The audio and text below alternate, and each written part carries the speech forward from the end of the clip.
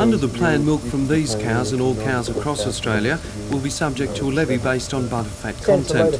Depending on herd tests, the levy of about 35 cents a kilogram of butterfat will mean farmers will pay between 1 and 2 cents a litre into an export subsidies fund. Factories will then be paid for their exports. The plan has come about because of a number of reasons, main ones being the Victorian New South Wales milk war and the crowding of overseas markets. Although New South Wales does not produce a great export surplus, Victorian farmers do, and the levy, it's hoped, will do one of two things: either generate a bigger export market or alternatively discourage Victorian farmers from producing too much above their quota. The levy will cost Hunter Valley dairy farmers on average around $4,500 per year, but with the old half-centre-litre export cooling fund being discontinued, the real impact on incomes will be less than that. Although times are tough on dairy farms these days, the president of the Aberdeen Scone Dairy Farmers Association, Ian Haig, says the levy is in many ways a necessary evil. The benefits at this stage are a little bit hard to see, but hopefully it has protected our whole milk industry, kept the Victorian milk out of Sydney and put stability in our industry. The new plan is seen by many New South Wales producers as being a prop to keeping Victorian farmers on their properties. Some have suggested an all-out across-the-border milk war would have been a better and more equitable solution, although that's not a sentiment the Dairy Farmers Association agrees with. But the trouble is, it might have been a Pandora's box, and once we started a price war, we might have ended up a darn sight worse off than under the current legislation. Dairy farmers in the valley haven't heard a lot about the new dairy plan from the government of late, and that hasn't pleased them. Ian Haig knows that it will cost him probably around $7,000 per annum, and he says all he can do now is hope that that will prove to be insurance money well spent. But the only thing is that if it protects our income, if the whole milk market had collapsed, we might have been a lot more than $7,000 a year behind. And it's one of those things that's very hard to say what could have happened, but I think we might be better off paying a little bit of insurance money and be guaranteed of their income than everything collapse around our ears. Fine.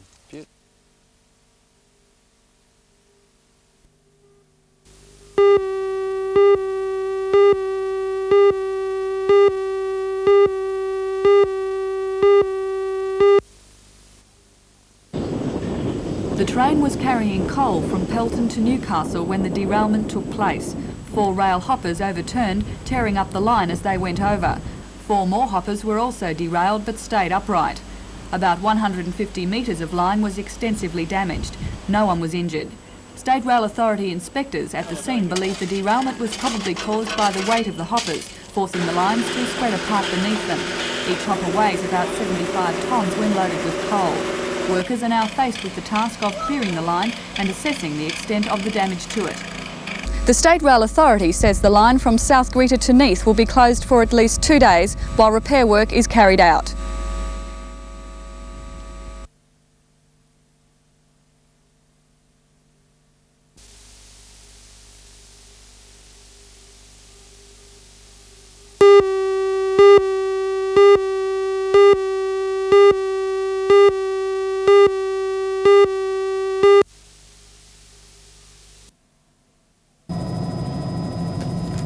When completed, the trail will take 2 weeks to walk. It will start in the centre of Sydney and wind through established parklands, national park reserves and urban lands, including some private properties. In this region, walkers will pass through the Watagans and into Cessnock before cutting across the coast to the Glenrock Reserve and then into the city. It's here at Fort Scratchley that the 200-kilometre walking trail from Sydney is planned to come to its end. But at this stage, it's a fair question to ask if this Bicentenary project is leading anywhere at all. Although the proposed trail is to go through 3 local council districts, no one at these councils is involved in the preliminary planning. They've been given no concrete details of the cost or their obligations to the project. This same ignorance is shared by the Regional National Parks and Wildlife Service. The bottom line is, the walking trail carries an estimated price tag of $500,000. But who's to carry this cost and just what it's buying? Right now, nobody knows.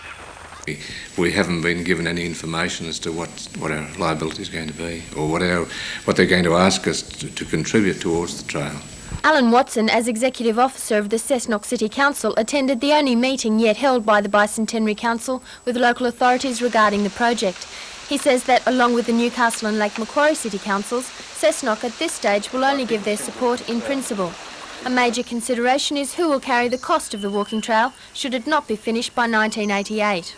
We were informed at the meeting that the Bicentennial Committee could only make commitments to the track until 1988. After 1988, they had to bow out of the thing financially and any other way.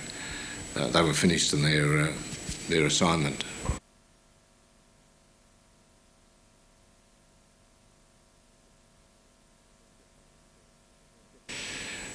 Get something firm, because it's very nice, but and it's very desirable probably, but how do we do it?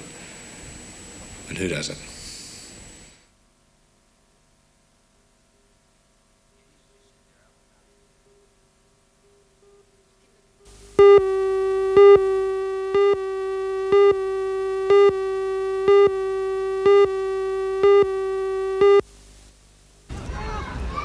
West had set up a winning break by half-time when they led 18 points to 6, having scored 3 tries just won by the Lions. The Rosellas reacted not only to the suggestions that they were not the force they used to be in this competition, and to the meagre representation in the Newcastle left side to play New Zealand next week by turning on a strong all-round display of attack and defence. South, on the other hand, missed too many tackles and dropped far too much ball to match the skills of the Rosellas. In the second half, the Red and Whites put on 8 points to West 6, but the horse had bolted. Best for Western Suburbs was their youthful 5'8" Tim Butler, who enjoys being closer to the ball, and it showed. Former representative halfback Craig Higgins was back to his darting, probing best, but it was an all-round performance with West forwards in charge. Final score, West 24, South 14, after South had a lion's share of the penalties, proving it was no fluke.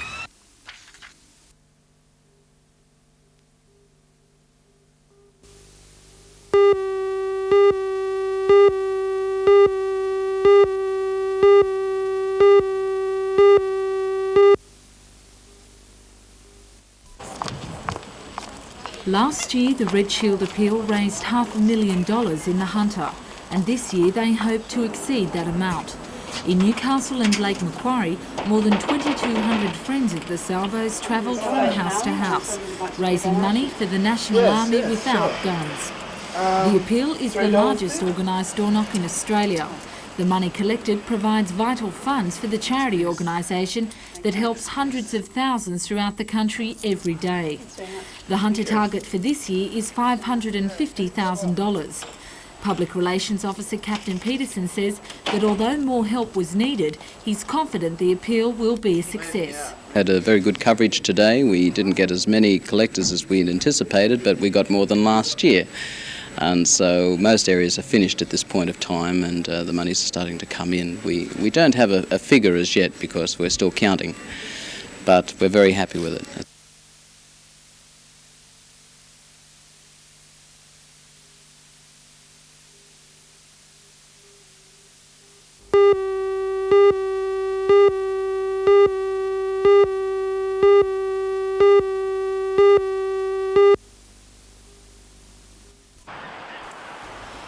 100 years ago, the Sisters of Mercy arrived in the Branxton area and were to become the educational influence of the region in the 1800s and early 1900s.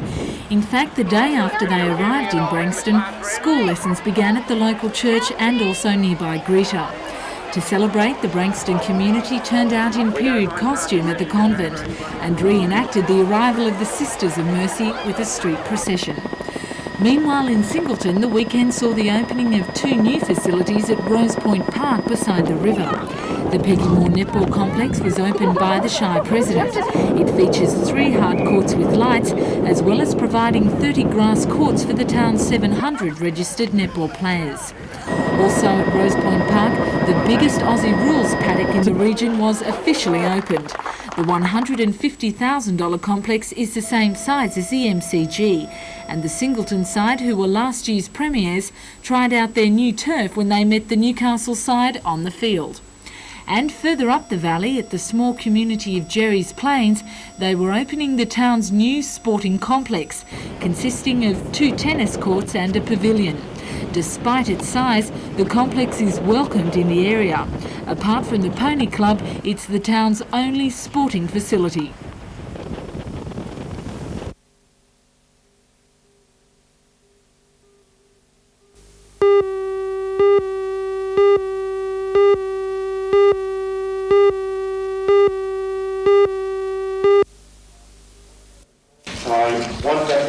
Newcastle last elected a council in September 1983. A year later, the council was sacked and replaced by an administrator. Today, the State Electoral Commissioner, Ian Dixon, was in town to start the ball rolling for the next poll. Voting is compulsory and resident ratepayers are all eligible to vote. With the new party line voting system, it could take 2 weeks after the vote to get a result, but by October, we'll be represented by a new team of aldermen. At the same time, the internal structure of our council has been undergoing some radical changes. 5 divisional chiefs have been put in place to head the new departments. The Administrative Services Chief is yet to be announced, but he will run the corporate operations of the council, such as rates, property management and financial planning. Engineering and construction will look after roadworks, park construction and traffic management. Health, welfare and building services will handle garbage collection, street cleaning and welfare. The planning division will control development, and the community services department will be responsible for libraries, beaches and pools, the civic theatre and city hall management and tourism promotion. All these chiefs are answerable to the town clerk Barry Lewis, and then the Lord Mayor. Mr Lewis doesn't often speak to the media, but granted us this frank interview. Motel. Was the organisational structure of the council a reason for the sacking 2 years ago? I don't think so. And yet why was it such a high priority afterwards? Well, I think we all realised, that most of the senior officers realised that we had to do some restructure of the organisation. But basically, for the years leading up to the dismissal of the council, most of the senior officers were purely fighting bushfires. We didn't have really time to sit down and take a good look at ourselves. We're looking at a structure now for council committees and the council operation at the elected level. I feel that the aldermen should become more involved in what's going on in the city. In other words, they should become a pressure group to push the city. They should get involved in the industrial development of the city, the residential development, the tourist development, but become a pressure group, such as the submarines, the textile industry. They're having problems at the moment, and the council should get involved and become a pressure group in that type of operation. You're very enthusiastic. You think Newcastle has a future under this new council? Yes, I do. I think Newcastle's got a very good future, providing it gets the right people to lead it. Can I be bold and ask you frankly, will you be the town clerk after the September 13th elections? Yes, I will. No doubts? No doubts whatsoever. Despite the fact that a local government inspector's report recommended that you be sacked? The report recommended that I be replaced, but based on my past performance, and I feel that in the future I will be able to perform equally as well, if not better, I have no hesitation in saying that I will remain Town Clerk of Newcastle.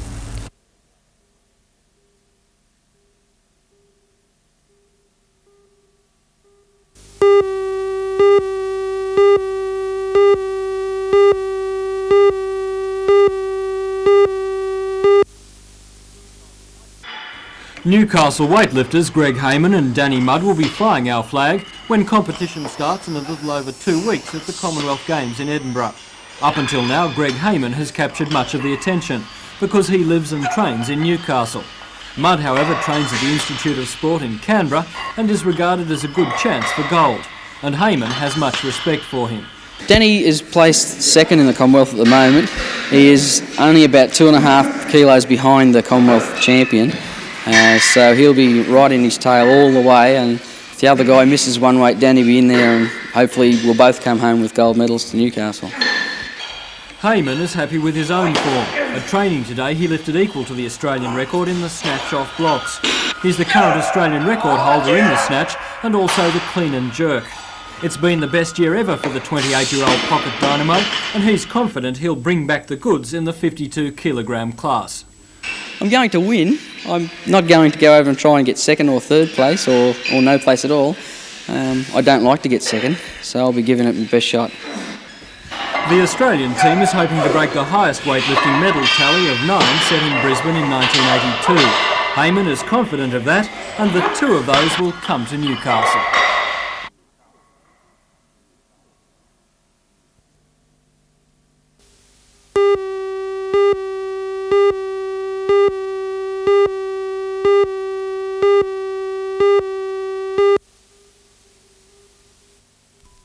High school students. The Hunter Valley Research Foundation was formed in September 1956.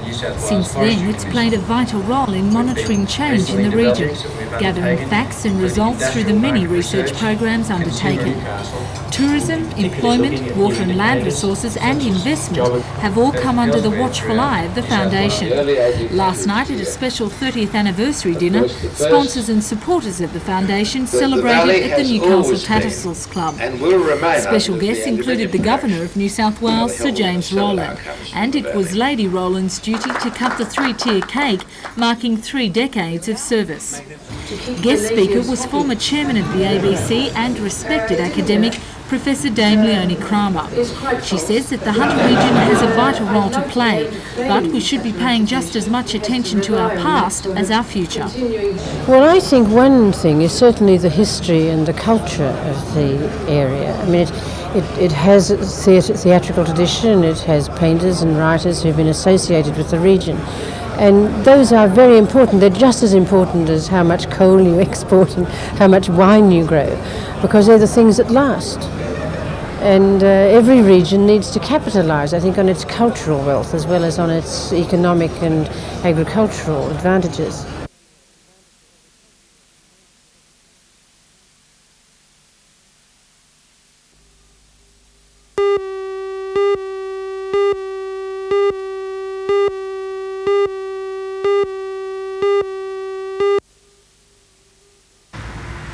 Les, these days you're a 30 years on the coast man, bar that gap back home again. Is it back home, Newcastle? No, Gloucester's my place now. I think it's a great place to live and to retire. Right. Newcastle was your home though, and I read somewhere where you hadn't started swimming till fairly late by modern standards anyway, and after that you went a big distance in the surf club movement. Well, I never swam till I was 16, and Billy Clark is a solicitor in Newcastle. He taught me to swim, and from then I went on to better, brighter and better things. Yeah. Newcastle Surf Club, of course, with all the characters and great sportsmen it's produced over the years, and you're up there, of course, with your efforts in ski paddling and what have you in those days. Yes, I really enjoyed in the surf clubs. I think any boy should be in a surf club, or any girl nowadays. But we had some great swimmers those days, and we had a great time. And some national titles. Tell us about them. Well, I won 3 national titles, and I won 6 state titles. And in my heydays, I got disqualified in 3 after winning 3 national titles for just infringements in the rules, but that's how it goes. And how into swimming coaching? Well, my father-in-law was the man who got me started, and he said, look, why don't you, continue in what you like doing? And I took the pool at Gosford, and I've never looked back, and I love every minute of it. Right. Was the turning point getting a good kid that wanted to go like Peter Reynolds? Oh yes, that's the name of the game. If you get somebody who wants to swim, and there's so much, so enjoyable training, children who want to go, and this is why I've got back into it again, and we've got some great little swimmers coming through. Yeah, I remember the ticker tape parade for Sonia Gray down Newcastle Main Street after the 74 games from Christchurch, Commonwealth Games. She was one of your girls, the Newcastle Flyer, wasn't she? Yeah, she was great, Sonia. Lovely lady too. Sonia was a beautiful girl, and she was a real good swimmer. Who are the best ones you've had? Peter Reynolds and her are 2. Well, Peter Reynolds and Sonia Gray and Peter Coughlin and Christine Deeks, and I've had many children who could have made the games but just didn't quite make it. But the best one coming through now is Mark Aiken. What's the difference between a champion and one that could have made it, as you just said? Well, the difference is they want to do it and they want to get there and they want to hurt themselves regardless. I've known many good swimmer who just didn't quite make it because he didn't hurt himself. And that's you've got to be dedicated dedicated to the stage where you want to really hurt yourself. Right. What do you say to parents and critics in general in the community that say things, this swimming, getting kids out of bed at 4:30 and dragging them out of school to take them back and throw them back in the water is all bad for growing up? I don't believe that, because number one, every kiddie who swims good and gets up early in the morning is usually pretty good at school. They're pretty bright kids. And the reason why they're doing 2 hours work in the morning when they usually be sleeping in bed, and they're just working, getting their mind going, and they're getting their body fit. Leslie, you saying that I should get up earlier and go swimming in the morning? I never said that. Me too. How good's this kid, Mark Aiken? I think Mark could go to the best in the world if he really wanted to. He's a really dedicated swimmer. He strokes. He's the best stroke maker I've ever had, and he's a kiddie who wants to go to the soul. What's your ambitions in swimming? How far do you want to go? Well, I want to go as far as anybody else, the Olympics, to maybe get a gold medal. Right. And I suppose Seoul, you're looking at Seoul, in a couple of years' time? Yeah, Seoul, and then after that. Is that too early? Well, not really, no. There's people in the team now, girls who are 13 and guys who are 16, so I don't think it's too early. So we look for your name on the lists for the Olympics at Seoul, eh? Well, I hope so. I hope to be there. And you're going to Japan shortly, aren't you, for the Junior Olympics? I guess that is somewhere where you can, if you're not in the public eye, be looked at as a future champion if you do well there. I guess you've thought about that. Yeah, it's a pretty big thing to go over there. It's only 10 people from Australia out of the camp that we had. Do you know what to expect? No, not really. They told us a little bit about it. Said it's much bigger than over here. A lot of people there. That should be good. Yeah. Does it affect your schoolwork at all? Are you a dunce because you spend 4 or 5 hours a day in the swimming pool? No, it doesn't affect my schoolwork at all. I get time to study overnight, and I do fairly well at school. Right. So it's not something that takes away from a normal education, if you like. It's just something extra. Yeah, it's just a bonus. Right. Something on.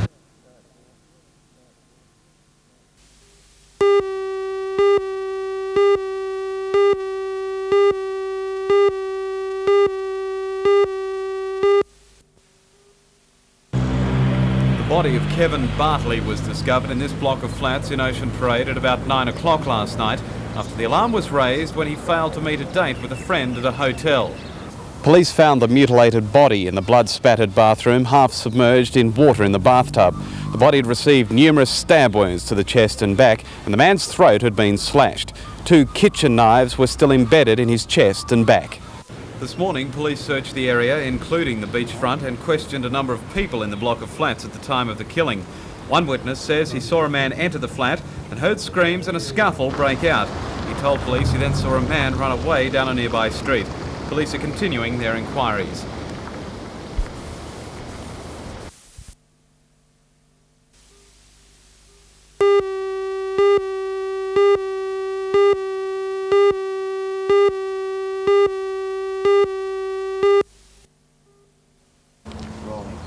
Hello, I'm Mark Warren. A man was brutally stabbed to death in this block of flats at the entrance on the Central Coast last night. Police say the man was stabbed several times in the back and chest, and 2 kitchen knives were found embedded in his body. Join Ray Deneen and John Church for all the news tonight at 6.